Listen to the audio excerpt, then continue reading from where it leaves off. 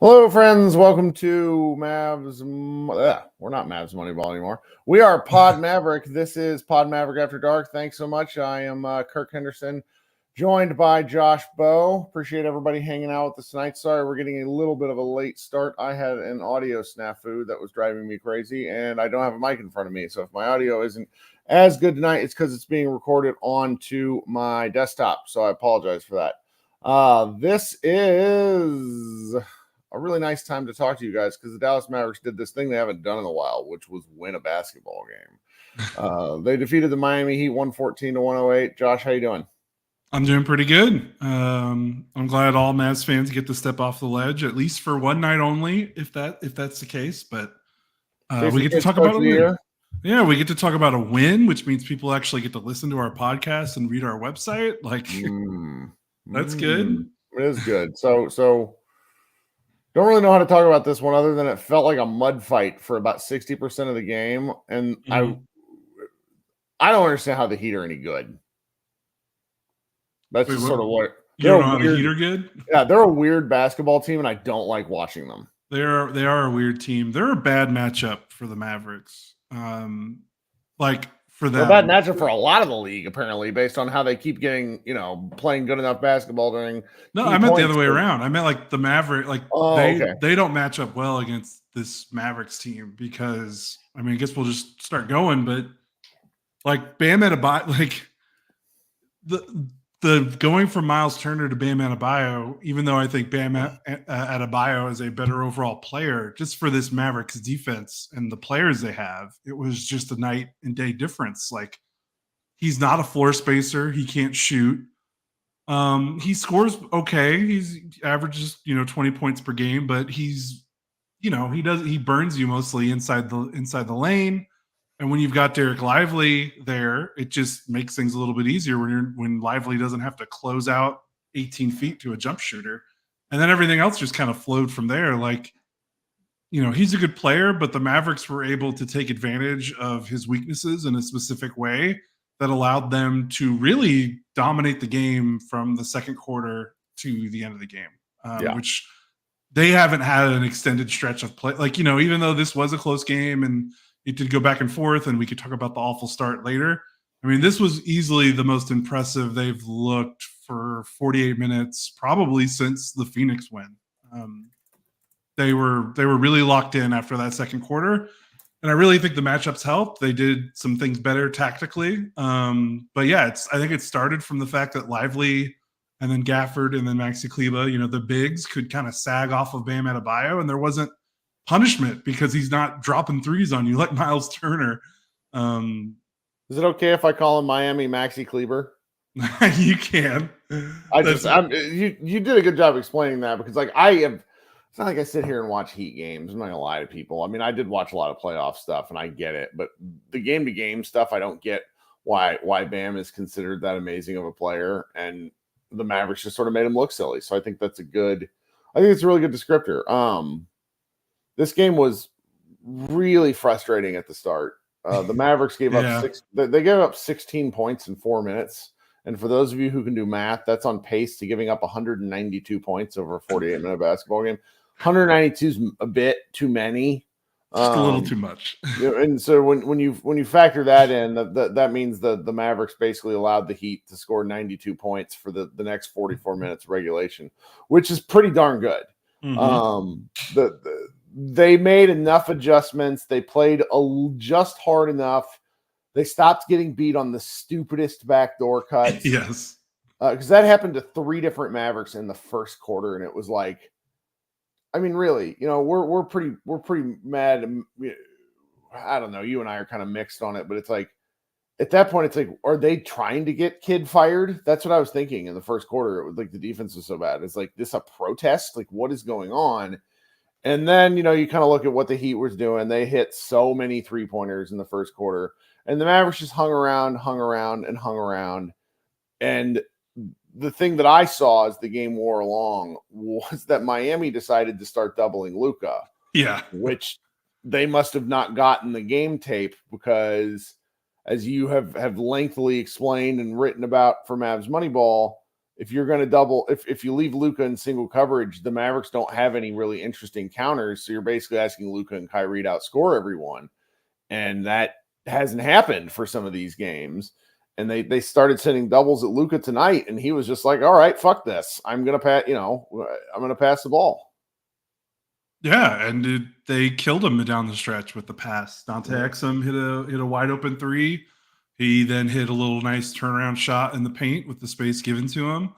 Yeah, it was bizarre. Mavericks had 27 assists and 9 turnovers. That's the most assists they've had. I feel like half those turnovers came in the first quarter. Like they had some real dumb turnovers.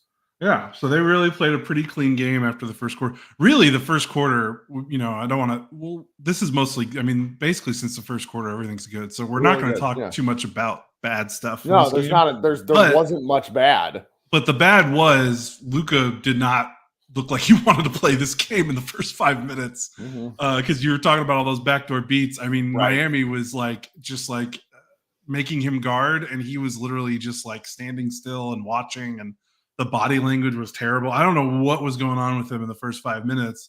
He did not look ready to play this game.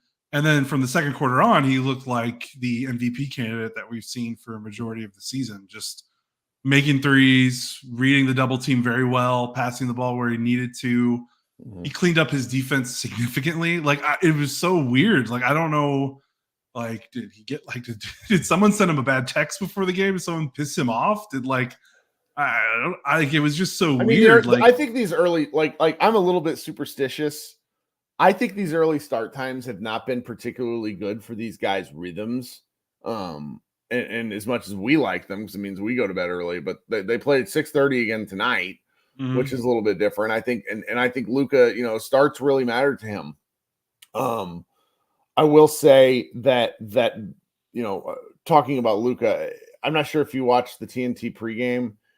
Look, NBA quality pregame analysis and midgame analysis at the national television level just doesn't exist. You're not getting it. So, of course, at the beginning of this game, Chuck, Charles Barkley, the crew at TNT was talking about Luka's numbers and talking about how he has to pass the ball more while also highlighting his assists. It was one of the most, you guys aren't watching the Mavericks. That's okay. Lord knows you get paid to watch basketball. Why would you watch basketball?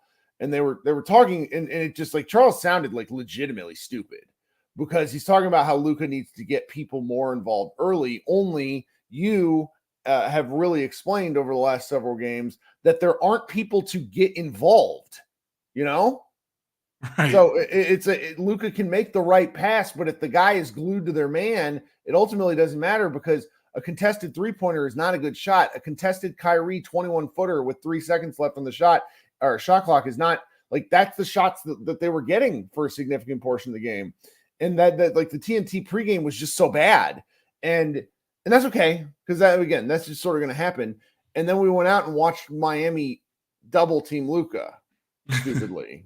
Yeah. And then all of a sudden, I really honestly, somebody's I'm a little worried, not to take away from this win, but it's really starkly different.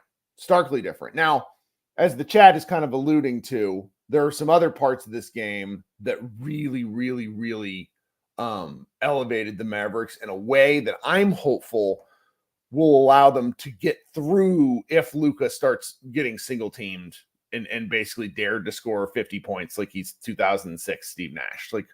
So what do you think about all that? Sorry, just ranting for a second. No, you're right. Yeah, it was weird. My take on national TV stuff is it always makes me laugh that when fans are like, "Why aren't you talking about our team more?"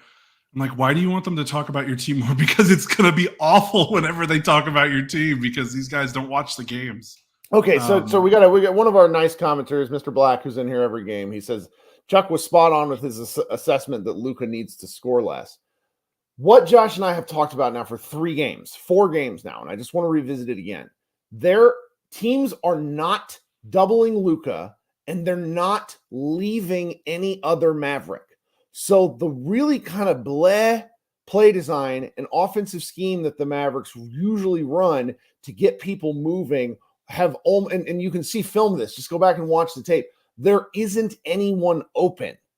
And so even though Luka, Kyrie, et cetera, are making the right passes, the shot quality is much more difficult. They're shooting later in the shot clock. And so there's not like the elements of what we saw tonight where Miami ran some zone, which I thought was a little bit peculiar. And then they were sending traps at Luka.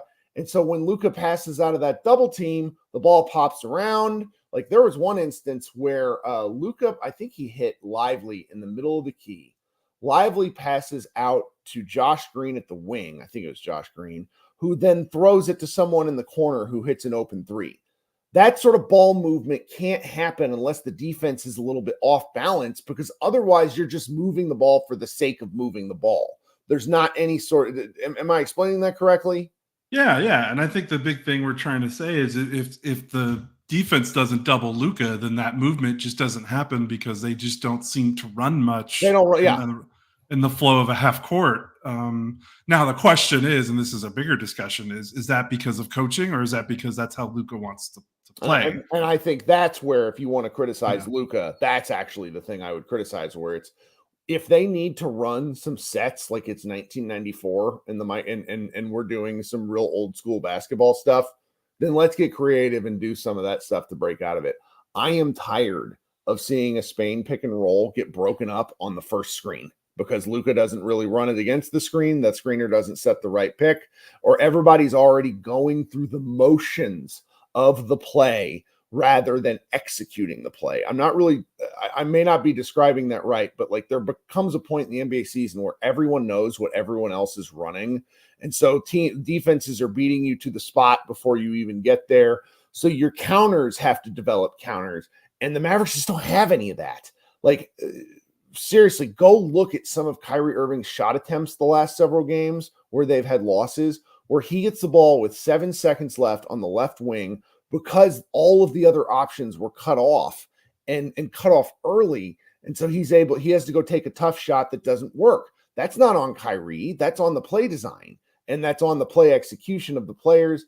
I'm rambling a little bit, but tonight was just a refreshing look at some of this. And I think they have to figure out, because they're going to see this again. Like, teams are essentially going to, dare Luka to score more. And yes, he can score at will. He can score 12, 14 points a quarter. But if you're going to score 14 points a quarter, you still need another 50 points from everyone else on the team in order to get a win. Yeah, for sure. For now, I think the Mavericks should send a nice gift basket to Eric Spoelstra for, whatever he decided. We can officially say tonight that Jason Kidd outcoached Eric Spoelstra. So there you go. Because I don't know what he was thinking with the way that they were guarding Luka. But that's what happened, and the Mavericks made their plays, and they got a really good win. Do you want to talk about the man of the night, it feels like, Dante Exum?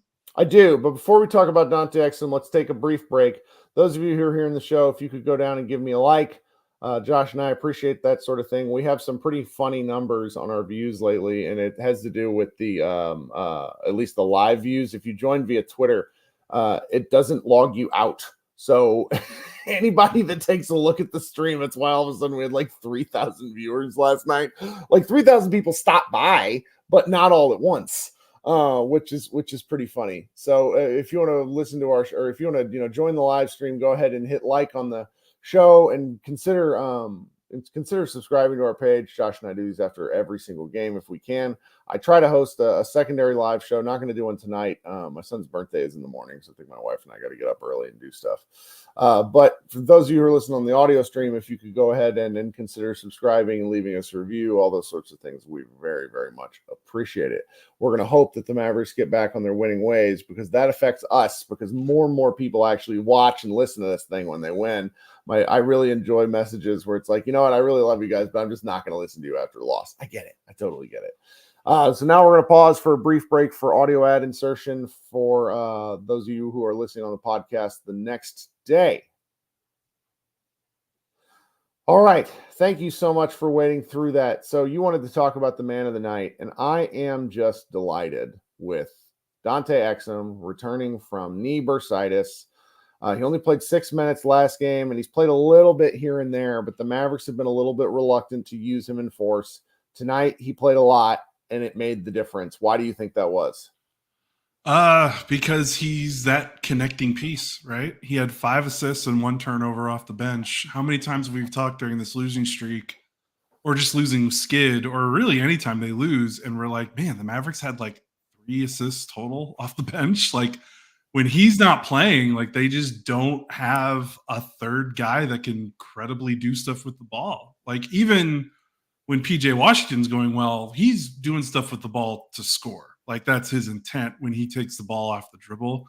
Really, they don't have another – who else besides Luka and Kyrie, besides Exum, is a pass-first player. And the fact that you combine that with his size, with his athleticism, and with his defensive ability – like, he really does feel like kind of that glue guy to get this team to where they want to go, where it's, they can muddle around in the play-in or put the fear of God into one of these top seeds. I thought he was tremendous down the stretch in the fourth quarter, because, again, he's like Josh Green is supposed to be like that. He's supposed to play a similar role, but we watch him get demolished on screens, and I think he's taken a step back defensively. So to be able to get someone who's got a more mature offensive game than Green, who's still really young and still figuring out how to do some things, like, he's almost like that ideal. Like, he feels like what Josh Green might be in like 5 years, but he's here now, which is really nice. And down the stretch, he made that open shot, and he is. I don't know if I feel more confident in any other player in the NBA taking a catch and shoot 3-pointer than Dante Exum right now. Because it is teams ridiculous. Don't respect him at all. They're just looking at him and they're like, fine, go ahead and shoot it. And it's like, we have a lot of tape now that shows this man can hit threes. We are in March, and he is shooting 47.8% on threes this season. It's pretty outrageous. And I know he doesn't take a lot. He only takes about 2 a game, but if he makes them, there you go. And usually, I know your buddy and our friend of the show, Seth Partnow of The Athletic and former Milwaukee Bucks analytics guru, he talks a lot about, he's not the only one, but he brings it up a lot. Just talking about how volume matters more for spacing in a lot of cases than just pure percentages, because, teams are going to, you have more gravity when teams are scared of you shooting, and teams are usually more scared of a player shooting when they shoot a lot. So Exum doesn't have that floor gravity, so to speak, but the fact that he has that passing ability and basically being like a third point guard on the floor means that he can he can manipulate that space even if he's not taking threes. And I think that's kind of the secret sauce with him. When he's passing the ball well, this team feels kind of unbeatable. That's way too symbolic, but they're at their best when he is moving the ball and passing it. And in December, where the Mavericks played really well and where he was played really well, he was averaging 4.5 assists per game. He was regularly getting like 6-7 assists every other night. So like his ability, making these wide open threes is amazing. And he needs to keep doing it if teams are going to keep guarding him like this. But he also uses that space sometimes, and he's like, what if I dribble into it and get a guy to defend, get a guy to help, get a guy to lean a certain way because I'm dribbling toward the basket, and I'll make the right read. And he almost always makes the right read. And he never turns the ball over. Like, he's very low turnover player for the most part. So that also helps. There's a lot that I like about him, but the first thing that's jumped out of my when I was watching tonight was it allowed Kyrie to continue to play off ball. Yes. Now, Kyrie is an excellent point guard. He can play point guard whenever you want, but I think he's incredibly dangerous as a catch and like a guy catching the ball off the move, off of rotation, as opposed to being the play initiator. It just causes the defense to panic. And I've been thinking a lot about the 3-guard lineups that the Mavericks ran back in 2021-22 when you had Brunson, Dinwiddie, and Luka. And each one of those guys brought something special, something different. But Kyrie, Luka, and Exum are much more varied than those three, because Luka's slow motion, Kyrie plays this sort of smooth basketball with the occasional like lightning strikes, whereas Exum is like fast forward.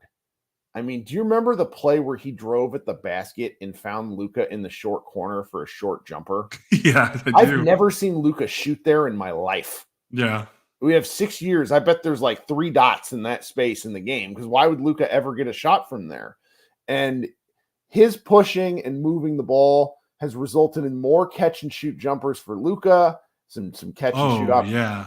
And like that sort of thing, I it's hard for me to quantify how important that is, but it feels good. It's fun to watch too, because it's his, Reggie Miller and the Indiana are in the announce team kept talking about like Luka's, willingness to push being important for the Mavericks. I earnestly think it's the other guys making Luka push that's pretty important, where it's like he rifled that one up to Exum, meaning Luka, that was almost a 75-foot pass that Exum boofed the dunk. And it's because Exum just runs all the time. And I don't know. There's just a lot to like about the various combinations that those guys can give you. I think his defense is I don't want to say like overrated, but I think the Mavericks need to be weary of overusing Exum just for the knee bursitis concerns and for just continuing to lean on what works. So I'm delighted by the Exum of it all. It's really nice to see that it wasn't a flash in the pan earlier, and I'm glad that it looks good now. Yeah, and the speed that he brings to the game without seemingly playing out of control is really valuable. And when you've got Luka, Kyrie, and I think what really makes it work is when he does pretty well running, playing off the bench, but when he's playing with Kyrie and Luka, what is something we've been saying for a couple of years now is that Luka is he's methodical and he meanders a little bit, not necessarily always a bad thing. He uses that tempo to really orchestrate and manipulate the floor. And when Kyrie's going, he's pretty pick up the pace, gives you a kick in the ass, especially when he likes those transition threes that me and you both love. And then you put like when you it's like putting two firecrackers like next to Luka, like just supercharging him and getting him to move more and getting him to up the pace. I think it's important, especially because Luka is such a gifted passer. Like just all 3 of those guys on the floor, that's 3 like quality passers, 3 guys that can push the ball, and it forces Luka a little out of his comfort zone, I think. Sure. You talked about the catch and shoot threes. I don't have the numbers in front of me, but man, he made 7 threes. Those all weren't step backs. I counted at least like 2 or 3 catch and shoot threes. Some of them are really deep, but like he's not getting that. He's unbelievable. Luka is a great shooter. He just doesn't get to take easy shots. So it's something that's just important to me. Yeah. All right, what else do I want to talk about? So this is going to kind of annoy. God, Luka played 40 minutes again. Good gravy. Yeah. So it was very funny to me after the TNT announce crew kind of crapped on Luka and the fact that they said he needed to get his stats down, only to have a 35, 11, and 11 game. Pretty amazing. This was kind of an odd Kyrie Irving game. Obviously, he hit one of the huge threes, which helped close out the game. 23 points, 9 and 19 shooting. This was a game where he waffled in and out, and the fact that they still got the win without a spectacular Kyrie game, is pretty nice. Defensively, I've been watching him defensively. He's a mess defensively. He's real bad right now, and he's I don't want to say he's allowed to be, but he's played a ton of games in a row. I wonder if they need to look at a spot in the schedule to see if they can give him a rest, because it's this is not a young man anymore. He's a slight guy. Yeah, he's not missed a game in forever after missing Did you see stretch of the season. Did you see the stat the TNT broadcast had? No, what they say. So this is his 14th straight game, his longest games played streak since 2018. That's a long time. Yeah. He was 26 years old then. So, and again, like look, any Luka Kyrie backcourt is not going to be great at defense. So it's not a slight to say they wasn't great. I'm just saying that if he's tired, maybe they need to consider something. Because Kyrie's defense when he's locked in is pretty good. He's not an awful defender, but he likes to gamble a lot. His size, but he's a smart defender. And what we've been seeing, because I went back and watched the Pacers game, he's been making some terrible decisions. Him and Luka. Like Luka just didn't. Tim Cato came on the show late and talked about how Luka wasn't even going in rotation a lot of time. And there was elements of that with Kyrie too. So and there were elements of that with Luka to the first 5 minutes of the game. Yeah, and that's the truth. It's just it makes me a little fearful because it's like these guys, both of them during a series, I believe that they will. Okay, it's not a doubting thing. It's just you want to see it a little more in the regular season so you can have proof of it in the postseason. And when the team gets a little lax on defense, that was something. So anyway, I have no qualms with Kyrie. He'll have a great game next game. I think he's kind of due for like a holy shit game because we haven't had one in a little while. Well, he's playing Chicago and Detroit next, so then maybe okay. So maybe the Mavericks have something in there. The Mavericks elected to start Daniel Gafford tonight in a decision that I think is nothing short of ridiculously stupid. Talk to me about it. I thought it was very reactionary. I kind of saw it coming when he got traded here because he does the dude puts up numbers. Like you can't deny that. Like he is a legitimately good finisher around the rim. He is legitimate. Yeah, he is athletic. Like I'm not trying to take anything away. Like he does rebound pretty well, especially on the offensive side of the ball. He's an average defensive rebounder, but he makes up for it a little bit on the offensive side. But he just puts up numbers. Like he's just a guy that he just swallows up offensive rebounds, gets a bunch of putbacks, he gets blocks, especially this season. But in terms of impact player, there's questions about him about, how much does he impact winning or how many quality defensive plays does he make outside of the blocks? And really since he's been here in Dallas, he's kind of done about what I expected because remember, he was traded here to be the backup center. Like you don't need your backup center to be one of your best players on the team that's closing every game and being a defensive game changer. Like you just need him to soak up the minutes that you didn't want to give to either Dwight Powell or to reduce the amount of time you have to play Maxi Kleber at the 5. So people got really mad at his minutes and I never really understood it because I'm like, he's the backup center. Like that's kind of what happens. And he's not a good team defender in space and in the pick and roll. And they played a bunch of teams in a row that really exposed him. Indiana twice, Boston, even Cleveland. They're a good pick and roll offensive team right now with Donovan Mitchell, with the way he was playing going into that game. Like that's tough. That's a bunch of teams that have a lot of good pull-up shooting guards and quality big men to finish around the rim. And they just picked the Mavericks apart when he was on the floor. Now, some people want him to not play the drop coverage. Mavericks are really bad in drop coverage, as we've talked about. And I've seen people say, well, why are they playing him in drop? They should play him more aggressively in hedge. I'm like, he's not really that guy. Like when he's on the floor, he plays. But when he's in drop, though. He switches okay occasionally, but it's not something you want to rely on. I just hate seeing him in drop, surely because it makes him look like he has concrete feet. I know. When guys are already moving, they're capable of moving a little bit more. And it drives me nuts. Now, you're probably you're right. I still want to see it a few more times. That's fair. That's totally fair. Mavericks fan in the chat asks, so why did we give up a first round pick for him? And frankly, it's a fair thing. Like it's not. I think it was not a. I like Gafford, but I think as we get away from it, it's not going to look ideal. That is what it is. Yeah, now the flip side of this is Maxi Kleber. I'm sorry, Derek Lively, who we don't know the status of his injury. He went down after banging knees with Bam Adebayo with like a minute left because of fucking course he did. But he played what I felt was the best game he's played, in a couple of weeks. Now, statistically, not much there. 4 points, 2 rebounds, and assist. But I felt like his space was good. He stonewalled Bam Adebayo at the rim at a clutch point in the game, just being huge. And the Mavericks have to trust him in his athleticism in space. They don't.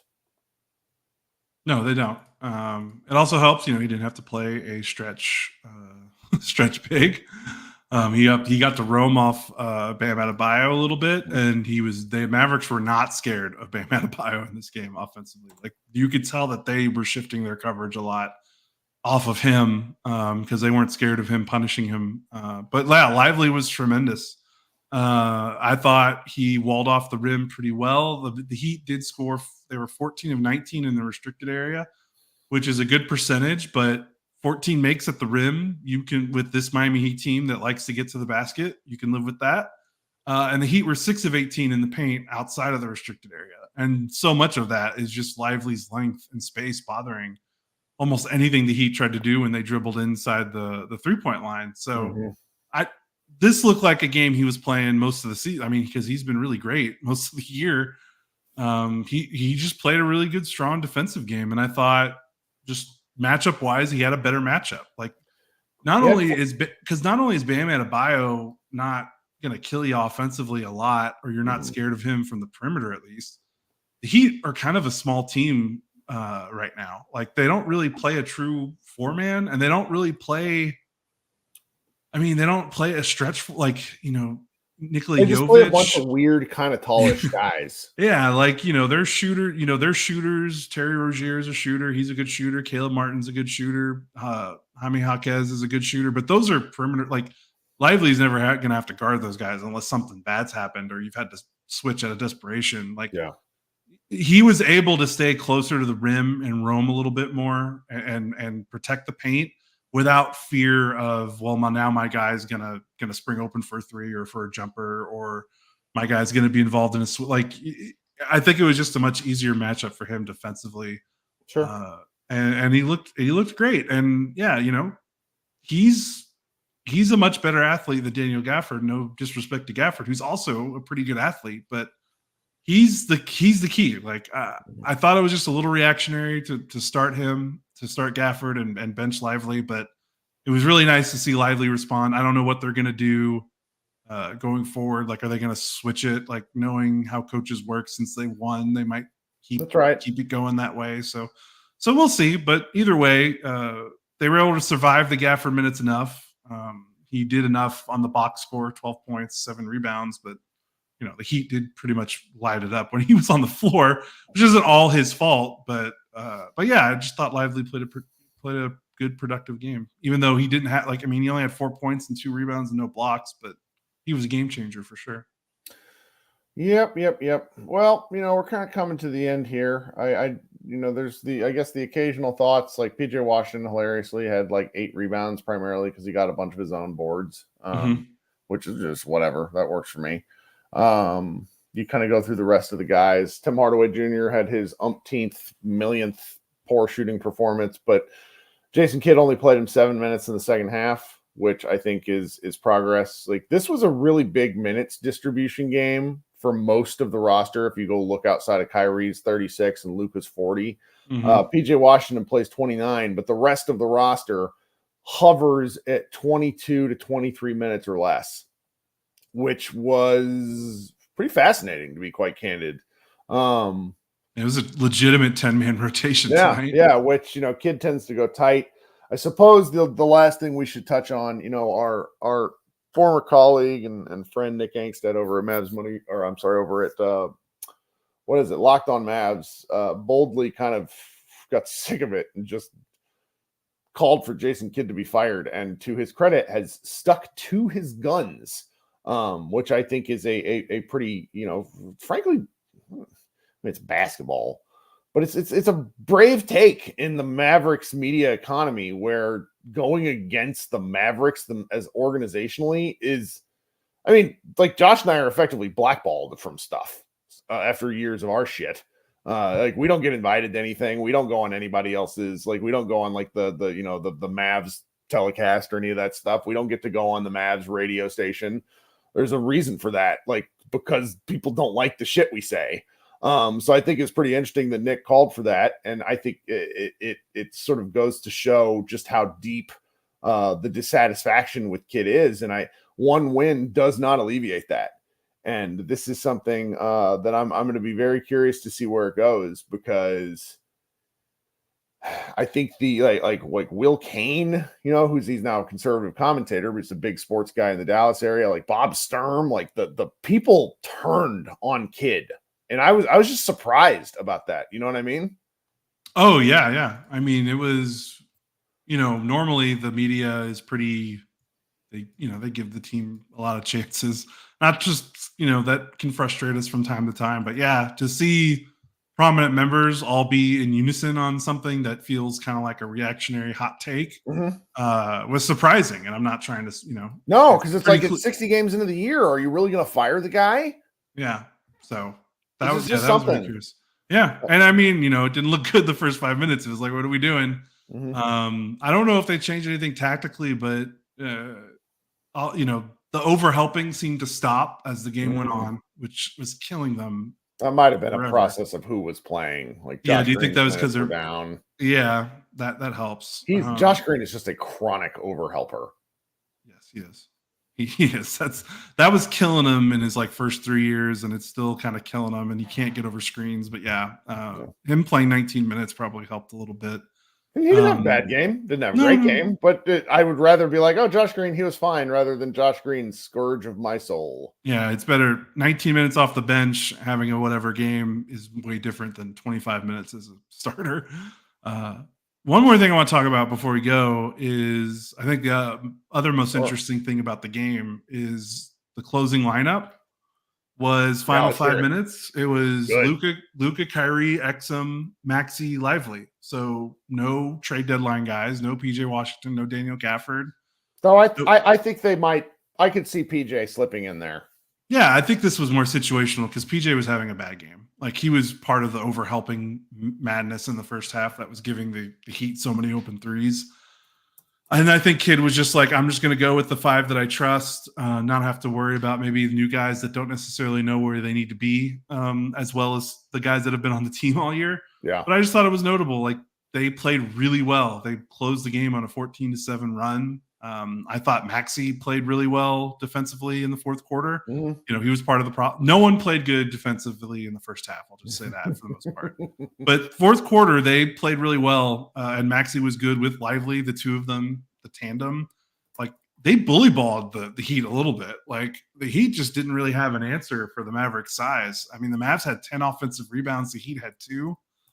That's a lot of extra possessions. The Mavericks had 5 more free throw attempts. So, I thought they kind of exerted their physicality a bit better. And I think that, it helps to play teams that just, the Heat kind of are they're more than the sum of their parts. The sum is greater than the parts or whatever, however you say it. Because it's really Butler and Adebayo. And then you see these other guys like Rozier's pretty good, but like Duncan Robinson's had a crazy season. He had a good game, but like they really get by with a lot of like scheme and relying on Jimmy Butler.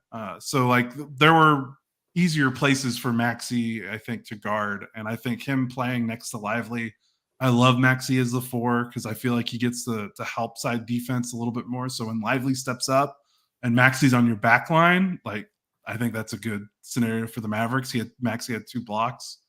And then the other thing I want to talk about, that closing lineup was good. Jimmy Butler was terrible. I don't know. I have him in fantasy. He's been a little rough. Sorry. He's been on a run like since February, or really since like the end of January. He's been basically like 23 a game on good shooting, 7 rebounds and 6 assists. Last 3, I mean, he's been over 21 or more points basically since January, except for one game. Well, the Heat haven't lost much since like mid-February, or since like they didn't lose much the month of February. And he had 14 points, 5 assists, and 6 turnovers. He had 2 free throw attempts. He's been averaging 10 free throw attempts since February. He had 2. So I don't know how much was bad. I'd have to like rewatch it. I can't remember kind of off the top of my head, but that was a big reason why they won. Was he was not good. So credit, and I think part of that is he doesn't shoot a lot of threes. He does a lot of his work mid-range and in the paint. And when the Mavericks were playing Maxey and Lively down the stretch, like I don't think he had a lot of room to operate. Like there were a lot of possessions where he was kind of thinking he was going to get a good shot, like one of his pet shots from 2. And he had to pick up his dribble and kind of like look around and like try to find an outlet because he wasn't getting the easy looks that he thought he was. Yeah, it's nice. Yeah. Well, we'll have something else interesting to talk about at some point. Appreciate everybody hanging out here, YouTube and on Twitter. We'll be back Saturday night. Who are they playing Saturday? Chicago, right? Okay, I'm getting that game, even though I'm single parenting the baby. So we'll see how that goes. Maybe I will be in here. Maybe I won't. Josh and I will figure something out. It's Detroit. So if you want to miss a game, there you go. Sorry, they play Chicago next week. Well, I'll always watch. It's something else. But maybe the weekend coverage will be a little lighter. We're still kind of we had a very busy February. I was kind of shocked by how much work our team did in February. And now we're just really in the March slog. That said, the team at Mavs Moneyball has written a lot over the past several games. There's a really long column from you after the game, the Pacers game, that I thought was fantastic. Meta Robinson wrote a really good piece on just like how she thinks that the Mavericks can go about fixing themselves. Our man Brent wrote kind of a scathing criticism of Jason Kidd. I really enjoyed that one. Christian wrote on one of the Wings players, because their season is starting up in the next couple of months. There's just a lot going on over at Mavs Moneyball. If you would like to check it out, we would appreciate it. We'll be back on Saturday, or Josh will be back on Saturday. Who really knows? Thanks for hanging out with us, and enjoy your Friday and the first start of your weekend. Go Mavs.